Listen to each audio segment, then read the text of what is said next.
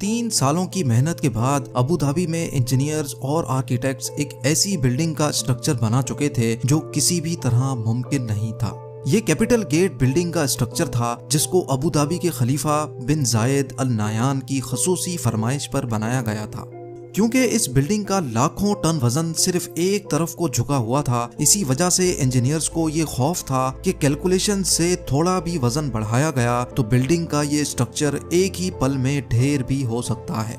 यहाँ तक पहुँचने के लिए कंस्ट्रक्शन टीम ने जिन चैलेंजेस का सामना किया था वो शायद बुर्ज खलीफा की कंस्ट्रक्शन टीम ने भी नहीं किया होगा, क्योंकि कैपिटल गेट का डिजाइन एक ऐसा डिजाइन था जो फिजिक्स के लॉज को तोड़ने के बिल्कुल करीब करीब था। ऐन उस टाइम पर जब बिल्डिंग लॉन्च के लिए बिल्कुल तैयार थी, अबू धाबी के खलीफा की तरफ से कंस्ट्रक्शन टीम को एक पैगाम आया जिसमें उनका कहना था कि उनको इस बिल्डिंग के टॉप पर एक हेलीपैड भी चाहिए। ये मैसेज कंस्ट्रक्शन टीम के ऊपर पहाड़ बनकर गिरा, क्योंकि बिल्डिंग का लोड पहले ही अपनी एक्सट्रीम लिमिट पर था।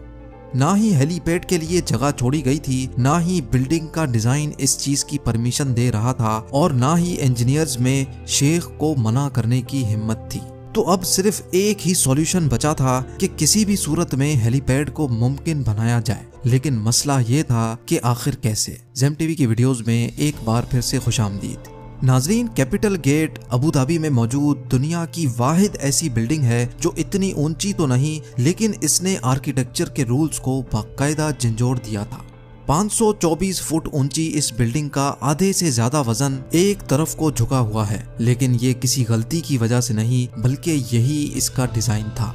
क्योंकि कैपिटल गेट का झुकाव इटली के लीनिंग टावर ऑफ पीसा से भी 5 गुना ज्यादा है, इसी वजह से इसको Guinness book of world record भी मिल चुका है। लेकिन आखिर अबू धाबी के शेख को जरूरत क्या थी इतनी खतरनाक बिल्डिंग बनाने की।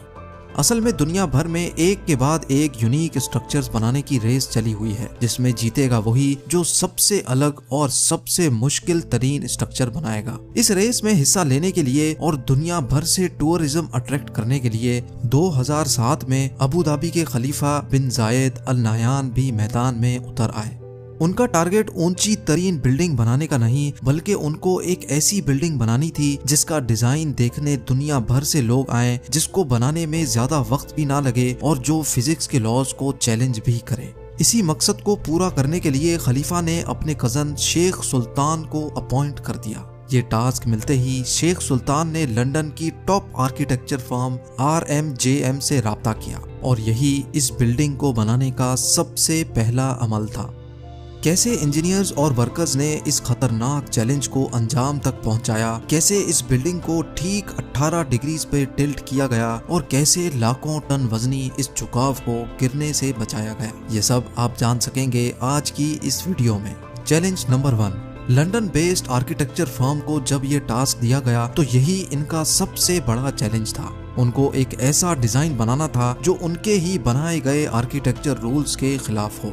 आर्किटेक्चर फर्म के कई डिजाइन्स पहले तो रिजेक्ट किए गए, लेकिन फिर इस डिजाइन को बनाने के लिए उन्होंने अबू धाबी के रेगिस्तान में मौजूद खूबसूरत रेत के टीलों और समंदरी लहरों से इंस्पायरेशन ली और अब बारी थी कुदरत के इस खूबसूरत जोड़ को शक्ल देने की। कॉन्सेप्ट आर्किटेक्ट नील वेंडरवीन ने दिन रात एक करके ऐसा डिजाइन पेश किया जिसको समंदरी लहर की शेप दी गई और जिसका बॉटम रेत के टीलों जैसा था। और तो और हर एंगल से देखने पर बिल्डिंग का व्यू बिल्कुल चेंज हो जाता है। Challenge number 2। यह डिजाइन शेख सुल्तान को पसंद तो बहुत आया, लेकिन इसमें एक मसला था। जी हाँ, कैपिटल गेट के डिजाइन को रियलिटी बनाने के लिए एक्स्ट्रा ऑर्डिनरी इंजीनियरिंग चाहिए थी, क्योंकि डिजाइन के हिसाब से बिल्डिंग का टॉप उसके बॉटम से पूरे 108 फीट हटा हुआ था और जिसकी वजह से बेइंतहा फोर्सेस पैदा होंगी जो बिल्डिंग की फाउंडेशन को जमीन से ही उखाड़ देंगी।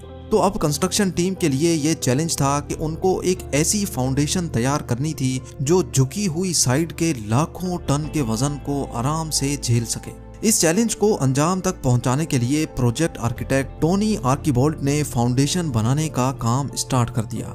कैपिटल गेट की फाउंडेशन में 400 कंक्रीट पाइल्स इस्तेमाल करने का फैसला किया गया, यानी इस बिल्डिंग का सारा लोड लोहे के मोटे मोटे पाइप्स और उनके अंदर भरे कंक्रीट पे डाला जाने वाला था। लेकिन ये कोई आम फाउंडेशन नहीं थी। जिस साइड पर बिल्डिंग झुकेगी उसके नीचे फाउंडेशन पर 200 पाइल्स लगाए गए, जबकि दूसरी साइड वाले पाइल्स की लेंथ ज्यादा रखी गई, जिनको जमीन के अंदर ही मौजूद बड़े बड़े पत्थरों में ड्रिल करके अंदर घुसाया गया। इंजीनियर्स का ख्याल था कि इस तरीके से फाउंडेशन का लोड पूरी तरह से डिस्ट्रीब्यूट हो जाएगा। ये तो था फाउंडेशन बनाने का सिर्फ plan. Challenge number 3, capital gate का डिजाइन भी तैयार था और अब इंजीनियर्स ने लीनिंग टावर का लोड डिस्ट्रीब्यूट करने के लिए एक एक्स्ट्रा ऑर्डिनरी फाउंडेशन का प्लान भी तैयार कर लिया था। अब टाइम था फाउंडेशन का काम स्टार्ट करने का। इस फाउंडेशन के लिए बहुत बड़े लेवल पे खुदाई की जरूरत थी और तकरीबन 9600 टन मिट्टी जमीन से निकालनी थी। यानी सिर्फ फाउंडेशन डालने के लिए जमीन से निकलने वाली मिट्टी का वजन ही 1600 हाथियों के वजन के बराबर होना था। इस काम को अंजाम देने के लिए 8 महीनों का वक्त रिक्वायर्ड था, लेकिन अचानक एक और मसला आ खड़ा हुआ। जी हाँ, इस मौके पर शेख सुल्तान ने इस बिल्डिंग की डेडलाइन जारी कर दी थी, क्योंकि ठीक 2 सालों के बाद अबू धाबी में फ्यूचर एनर्जी समिट होना था। इसी वजह से खलीफा चाहते थे कि इस एनर्जी समिट से पहले ही बिल्डिंग कंप्लीट हो जाए। यानी अब इंजीनियर्स के पास सिर्फ 24 महीनों का वक्त था, जिसमें उनको फाउंडेशन भी डालनी थी, बिल्डिंग भी खड़ी करनी थी और इंटीरियर का काम भी कंप्लीट करना था। ये चैलेंज मिलते ही कंस्ट्रक्शन की पूरी टीम में एक अफरा तफरी सी मच गई थी, जिसकी वजह से उनको पूरा कंस्ट्रक्शन टाइम फ्रेम ही चेंज करना पड़ा। यानी जिस फाउंडेशन पे 8 महीनों का वक्त रिक्वायर्ड था, उसको दिन रात एक करके सिर्फ 3 महीनों में ही कंप्लीट कर लिया गया, क्योंकि इसके अलावा और कोई ऑप्शन भी नहीं था। चैलेंज नंबर 4, जैसे ही फाउंडेशन पूरी तरह से सूख गई, कंस्ट्रक्शन टीम एक बार फिर से मैदान में उतर आई। अब इनका चैलेंज था टावर की कंस्ट्रक्शन स्टार्ट करने का, लेकिन यहाँ उनको एक और चैलेंज का सामना करना पड़ा। नॉर्मल स्काई स्क्रैपर्स एक सॉलिड कोर के गिर्द बने होते हैं जो बिल्कुल सीधा ऊपर तक जाता है, लेकिन कैपिटल गेट के केस में अगर ऐसा ही कोर बनाया गया तो झुकाव की वजह से कोर एक तरफ को मुड़ भी सकता है, जिसके इंतहाई खौफनाक नतायज भी हो सकते हैं। इस मसले से निपटने के लिए इंजीनियर्स को रिवायती सोच से हटकर काम करना था, जिसके लिए ये प्लान किया गया कि कैपिटल गेट का कोर सीधा नहीं बल्कि कर्व्ड बनाया जाएगा और कोर मुकम्मल होने के बाद बिल्डिंग का बकाया हिस्सा इसके इर्द गिर्द फिट किया जाएगा। लिहाजा अब कर्व्ड कोर का काम जल्द अज जल्द स्टार्ट करना था, ताकि डेडलाइन से पहले ही काम खत्म हो सके। चैलेंज नंबर 5, इस खास किस्म के कोर को बनाने के लिए हैरत अंगेज तौर पे 2 करोड़ 15 लाख केजी का स्टील और 3 करोड़ 60 लाख केजी का सीमेंट कंक्रीट इस्तेमाल होना था। लेकिन अब यहाँ एक और मसले ने जन्म लिया। अबू धाबी की कड़कती गर्मी में दिन के टाइम पर पारा 50 डिग्री सेंटीग्रेड तक पहुँच जाता है। अगर कंक्रीट को इस गर्मी में डाला गया तो वक्त से पहले ही वो खुश्क हो जाएगा, जिसकी वजह से कोर में क्रैक्स पड़ने का खदशा था। लिहाजा अब कंस्ट्रक्शन टीम को एक ऐसा सॉल्यूशन सोचना था जिससे कंक्रीट डालते ही खुश्क ना हो। आखिरकार ये सोचा गया कि कंक्रीट बनाते वक्त जो पानी डाला जाएगा वो नॉर्मल टेम्परेचर का नहीं बल्कि ठंडा पानी होगा, और जिस वक्त कंक्रीट डाला जाएगा वो दिन का टाइम नहीं बल्कि रात का समा होगा, जब टेम्परेचर 30 डिग्री सेंटीग्रेड तक गिर जाता है।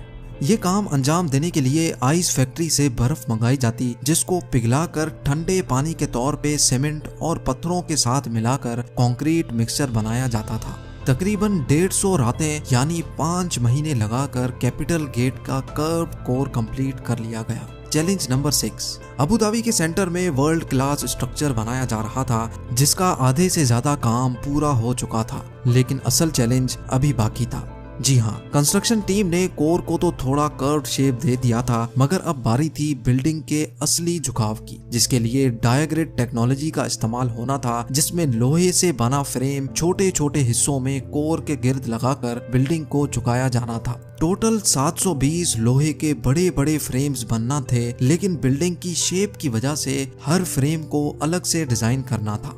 यानी टोटल 720 लोहे के फ्रेम्स, हर एक फ्रेम का वजन 16,000 केजी और हर एक फ्रेम की शेप एक दूसरे से अलग होगी। ये काम अंजाम देने के लिए शारजा की एक स्टील मैन्युफैक्चरिंग कंपनी को टास्क दिया गया, क्योंकि हर फ्रेम की शेप एक दूसरे से अलग थी। इसी वजह से पूरे 720 फ्रेम्स कंप्लीट करने में इनको 5 महीनों का वक्त लग गया। चैलेंज नंबर 7, आखिरकार वर्कर्स की अनथक मेहनत के नतीजे में कैपिटल गेट का डायग्रेड भी कंप्लीट हो गया और साथ साथ विंडो पैनल्स लगने का काम भी चलता रहा। अब बिल्डिंग में सिर्फ छोटे मोटे काम ही बाकी थे जो शेख सुल्तान की दी गई डेडलाइन से पहले ही कंप्लीट हो जाने थे। बिल्डिंग अब हैंडओवर के बिल्कुल करीब ही थी कि अचानक अबू धाबी के खलीफा के ऑफिस से एक मैसेज आया जिसमें उन्होंने कैपिटल गेट के टॉप पर एक हेलीपैड की फरमाइश कर दी। ये मैसेज कंस्ट्रक्शन टीम के ऊपर पहाड़ बनकर गिरा क्योंकि फाउंडेशन से लेकर डायग्रेड तक सब कुछ कंप्लीट हो चुका था और कैपिटल गेट का सारा लोड पहले से कैलकुलेटेड था। यानी डिजाइन बनाते वक्त हेलीपैड और हेलीकॉप्टर का वजन शामिल नहीं किया गया था। यह मसला कैपिटल गेट की कंस्ट्रक्शन के दौरान खड़ा होने वाला सबसे बड़ा मसला साबित हुआ।